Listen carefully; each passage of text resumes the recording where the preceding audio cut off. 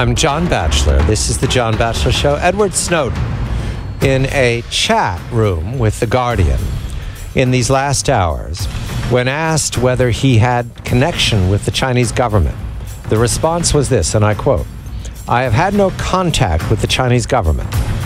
Just like with The Guardian and The Washington Post, I only work with journalists.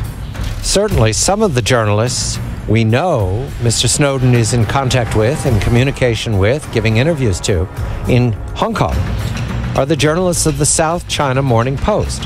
What is the South China Morning Post? Is that journalism as we understand it, the Washington Post, the Guardian? Or is that another kind, a gray kind? Gordon Chang of Forbes.com joins me tonight. Gordon, I can recall in our conversations in the past instances where the South China Morning Post editorial decisions were influenced, shaped, guided, or cognizant of Beijing, the Central Committee, the Communist Party. Is that true? That's absolutely true, John. They now have an editor, what we would call the editor-in-chief, Wang Xingwei, who has worked for state media in the past. He is on a high-level Communist Party body in Jilin province, and many people suspect, and I actually suspect as well, that he's a member of the Communist Party, though that's not confirmed.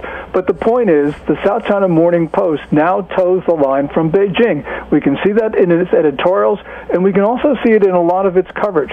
I still use the paper because it's it's got very good China coverage, but nonetheless, you can see the editorial slant. All right, so caveat to everyone, the South China Morning Post is not a free newspaper, as The Guardian, as the Washington Post. It is 1 foot in mainland China. 1 foot from mainland China is in the South China Morning Post. So Mr. Snowden is either artful or naive in saying he does not talk with the Chinese government. The Chinese government is the Chinese Communist Party, and so therefore they don't have lines the way we do. Go ahead, Gordon. Yes, Snowden is absolutely wrong, because my sources tell me that Snowden actually met with mainland Chinese officials who wanted him to speak to the South China Morning Post, and that led to the now infamous series of articles in the Post. And we know that they're infamous because Snowden had gave to the Post documents that detailed technical information about NSA's surveilling of Hong Kong and China, and including IP addresses. So this had nothing about whistleblowing. This was aiding China.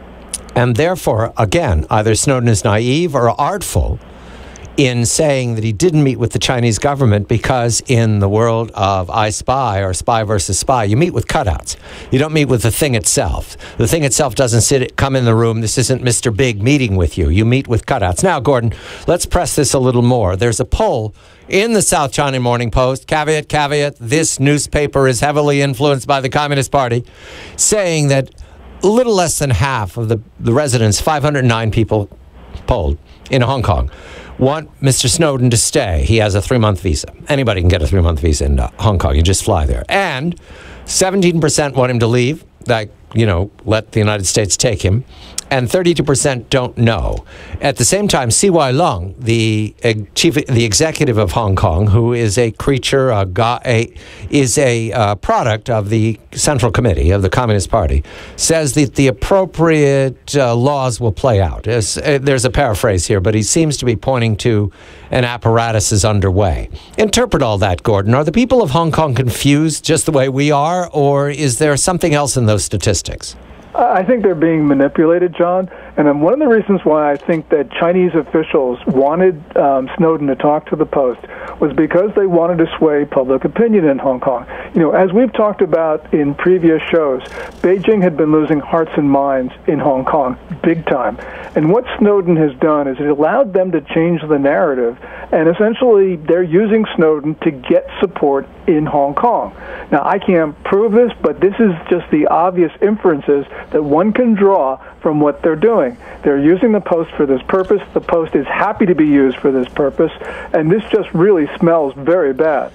There is a much bigger story that Edward Snowden, believe it or not, Ed, bigger than you, It's called The World Economy, Asia version. And there could be an explanation in the economy for why China could be manipulating the news about the NSA. All of a sudden, we really care about what the United States government, the NSA, is doing with protecting national security. We really care about the protocols of the NSA. No.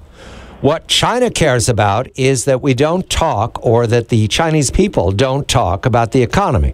Gordon, you're reporting in Forbes.com, where Gordon reports routinely, that the trajectory of the Chinese economy continues down, and this time it's about the banks. What's happened? Well, a number of banks appeared to have defaulted on their interbank operations obligations, and China Everbright Bank, which is actually quite a big bank, actually did default on June 6th. It could not meet its obligations, and Reuters has reported that other banks appear to have defaulted as well. This is a sign of very tight liquidity in the Chinese economy, and this was confirmed on Friday when the Ministry of Finance failed in an auction of 273-day bills, which is really unusual. The last time this has happened was 23 months ago. This is the second failed auction in June because the Agricultural Development Bank of China, which is a state-owned bank, was not able to sell all of its bills at auction either. This is really quite striking. We're seeing the first signs of very serious problems in the Chinese economy when even the Chinese government can't raise money in the markets. These banks are controlled by the Communist Party. They're state banks. And these banks have loans on their books to entities, municipalities, regions, developers that they have no prospect of ever getting repaid. Is that correct? That's absolutely correct, and that's the result of this big building boom that we've seen across the country. And so, therefore, the failure of the auction is because someone somewhere has decided that because those loans are bad, we're not going to give more money to the bank.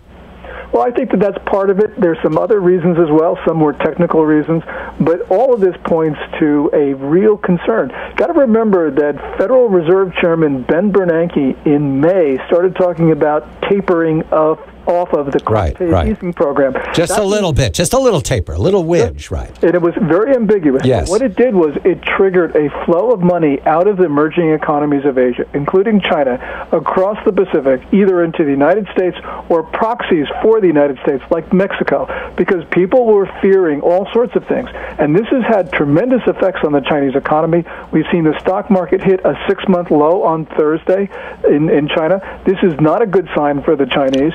As a number of people have been saying, the Chinese economy has been firing blanks recently, and all of this means is that China is really deeply in trouble.